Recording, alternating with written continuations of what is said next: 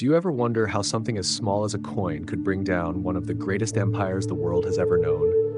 2,000 years ago, the Roman Empire ruled the world. Its legions stretched from the deserts of Africa to the misty forests of Britain. Rome wasn't just a city, it was the heartbeat of civilization. Rich, powerful, unstoppable. But here's the twist. Rome didn't fall because of swords or spears or invading barbarians. Rome fell because of something much quieter and far more familiar: money. And if that sounds too simple, stay with me, because by the end of this story, you might realize that history isn't just repeating itself. We might be living through the same financial mistakes that destroyed Rome. The birth of Roman wealth. In the beginning, money was Rome's greatest strength. The early Roman Republic built its economy on silver, gold, and trust. Every coin had real value. Every piece of gold that left the treasury represented work, trade, and conquest. The Roman denarius, their silver coin, became one of the most trusted currencies in the world. Traders from Greece to Egypt accepted it without question. It was as stable as the empire itself. That's how Rome grew rich. That's how empires grow rich. But the problem with wealth is that it's addictive. As Rome expanded, so did its appetite for land, luxury, and power. The senators wanted palaces, the generals wanted glory, and the people wanted bread and entertainment. And when the empire's ambitions began to exceed its means, Rome did what so many modern governments have done. It started to cheat its own money. The first financial manipulation. In the 2nd century BCE, Rome's leaders faced a problem. Wars were expensive. Armies needed to be fed, paid, and equipped. The treasury was running dry. So instead of raising taxes, which would make the people angry, Rome found a clever shortcut. They began to reduce the amount of silver in their coins. At first, it was barely noticeable, just a small fraction of silver replaced with cheaper metals like copper. But over time, that fraction grew. The denarius, once almost pure silver, became a coin of illusion, shiny on the surface, hollow underneath. Sound familiar? That was the birth of inflation. Prices rose, the value of money fell, and confidence in the system began to crack. What started as a temporary solution turned into an empire-wide addiction to debt and deception. The Golden Age built on a lie.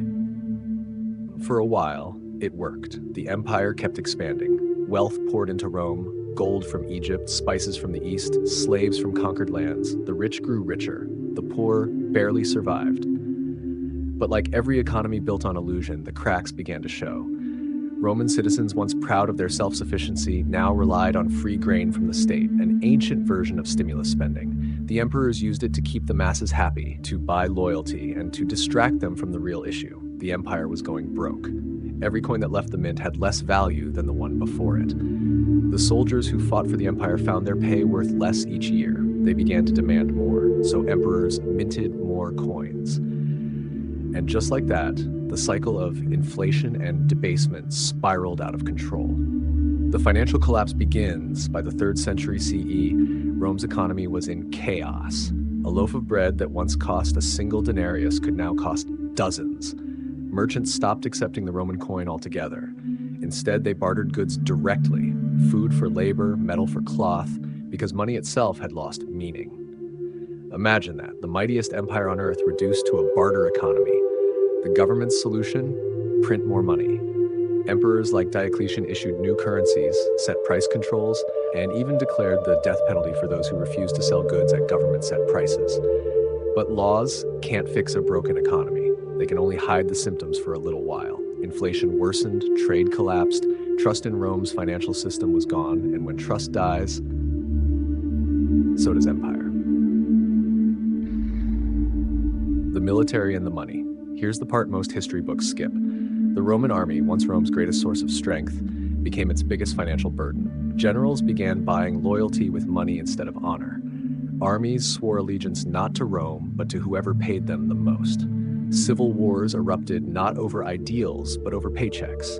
Each new emperor had to outspend the last just to survive. And where did that money come from? More debased coins, more inflation, more collapse. It's the same financial death spiral we've seen again and again, from ancient Rome to modern economies drowning in debt and stimulus. A dangerous parallel. Now here's where it gets unsettling. What destroyed Rome isn't just ancient history, it's a financial pattern that still exists today. In the United States, the dollar is no longer backed by gold. In 1971, when President Nixon ended the gold standard, the U.S. took the same step Rome did nearly 2,000 years earlier, turning its currency into a promise, not a value. And promises, like empires, only last as long as people believe in them. Rome believed its currency would always be trusted, until it wasn't. Sound familiar? The illusion of endless growth. By the 4th century, Rome's debts had become impossible to pay. The empire had overextended. Too many wars, too much luxury, too much dependency. So they taxed the middle class into extinction. Merchants fled cities, farmers abandoned land, the economy hollowed out from within. And yet, the emperors kept pretending everything was fine. The Colosseum still roared with games. The elites still feasted on imported goods. But beneath the surface, Rome's financial core was collapsing. The empire had replaced real productivity with political control, real value with illusion, and real gold with cheap promises. The turning point. It's almost poetic.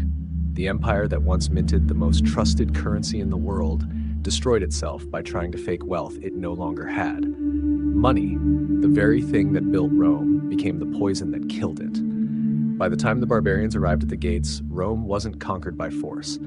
It had already fallen from within. But here's the question. If money destroyed Rome, could it destroy us too? Because today, the United States, the modern empire of finance, technology, and global trade, faces a strangely familiar challenge: rising debt, falling trust, and a currency backed not by gold, but by faith. Is the dollar the new denarius? And if it is, how much time do we really have before history repeats itself? So, how does an empire actually collapse? Not overnight, not in one dramatic battle. Empires fall the way trust fades, slowly, then suddenly. And that's exactly how Rome's financial system unraveled. But to really understand what happened next, we need to go beyond history. We need to understand the psychology of money and how the same illusions that fooled the Romans might be fooling us right now. The illusion of value. When Rome debased its silver coins, it wasn't just changing metal, it was changing belief. Because money only works if people believe it has value. The Roman denarius once stood for something real, a fixed amount of silver. But when that link was broken, money became a story, a promise, a symbol of trust. And that's exactly what the dollar is today. A piece of paper or a number on a screen, backed not by gold, not by silver, but by confidence. Confidence in the government. Confidence in the system. Confidence that tomorrow your money will still mean something. The Romans believed the same thing until they didn't. The cost of endless spending. Rome's leaders discovered something dangerous. The more money they created, the more temporary peace they could buy. They used that illusion to fund wars, bribe soldiers, and entertain citizens. But every new coin was a step closer to collapse. Today, our world leaders face the same temptation. Every crisis is met with printing more money. Recessions, stimulus checks. Debt, raise the ceiling. Inflation, adjust the numbers. But history shows that money creation doesn't fix problems, it hides them. Rome learned that lesson too late. By the time Emperor Diocletian tried to stabilize the economy with strict price controls and new coinage, the damage was done. Prices skyrocketed, people hoarded goods, trust vanished. The empire could no longer pay its soldiers or feed its people without borrowing more and more from the future. Sound familiar? Debt, the silent conqueror.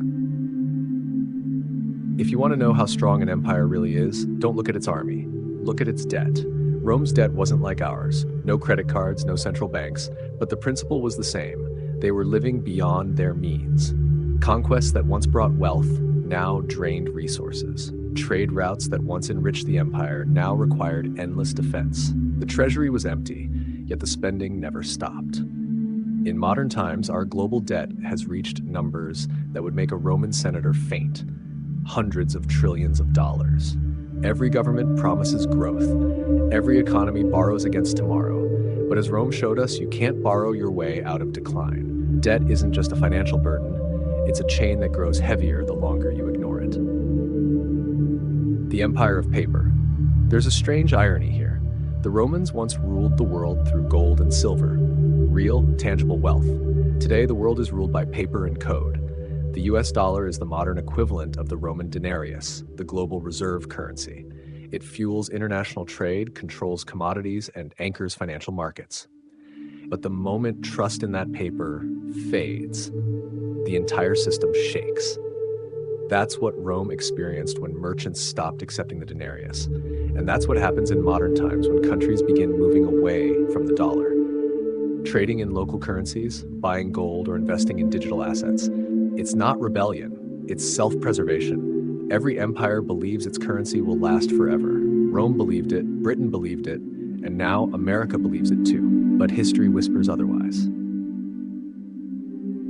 The collapse of the middle class. One of the most painful effects of Rome's financial decay was the collapse of the middle class. Merchants, farmers, and small landowners, the backbone of Roman society, were crushed under taxes and inflation. They lost their land, their savings, their dignity. Wealth flowed upward and poverty spread like a shadow. The same pattern exists today. When money is devalued, those who hold assets, land, gold, stocks, real estate, survive. Those who hold cash, the average worker, the saver, lose. Inflation is not just an economic problem, it's a transfer of power, and it always moves in one direction, from the many to the few. Rome's wealthy elite bought land at rock-bottom prices while ordinary citizens starved. The empire became two worlds, one of abundance and one of struggle. If that sounds familiar, it's because we're watching it happen again, right now. The currency of control. Here's something even more interesting and uncomfortable. When Rome's economy began to collapse, the government didn't loosen its grip. It tightened it. They introduced laws to control prices, force citizens to stay in their jobs, and punish anyone who tried to leave the empire. They even created an early version of surveillance economics, tracking production, enforcing trade restrictions, and monitoring wealth. Control replaced freedom, and fear replaced trust. Sound extreme? Look at our modern systems of financial control: taxation, digital tracking, central bank policy, and soon digital currencies. Every empire, when its finances begin to crumble, turns to control, because control is easier than reform. The psychology of collapse. Rome didn't collapse because people stopped working. It collapsed because people stopped believing. They stopped believing in the system, in the leaders, in the idea that their money or their efforts mattered.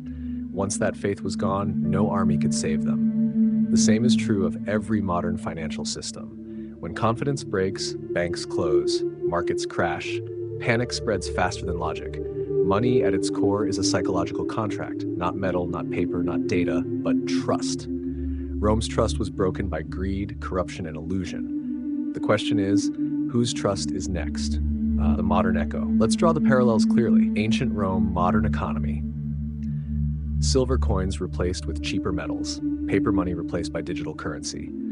Endless wars drain the treasury, global military and debt spending, inflation and devaluation. Quantitative easing and money printing. Collapse of middle class, widening wealth gap. Loss of faith in money. Distrust in institutions and banking.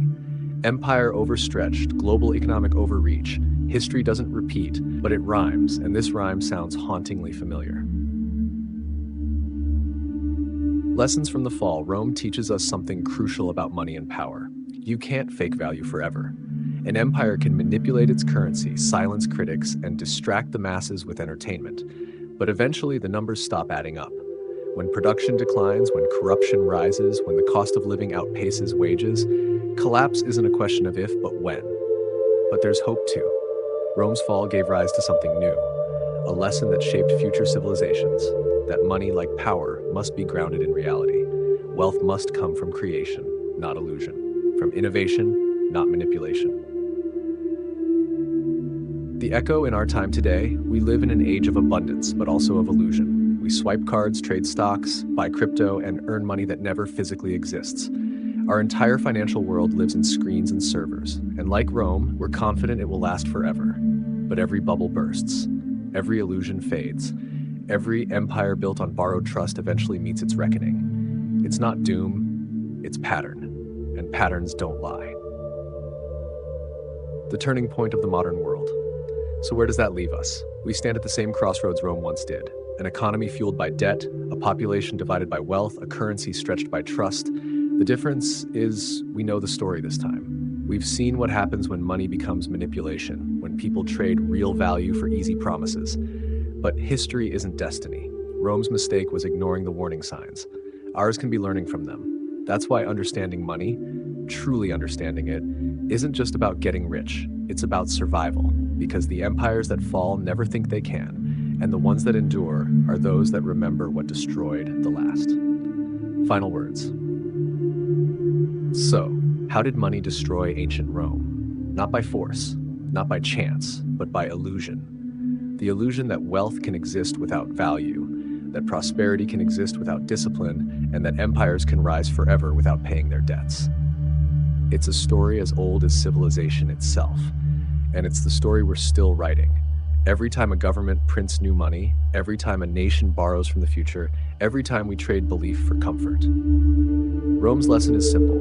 The fall begins not when the treasury is empty, but when the people stop believing that money means anything at all.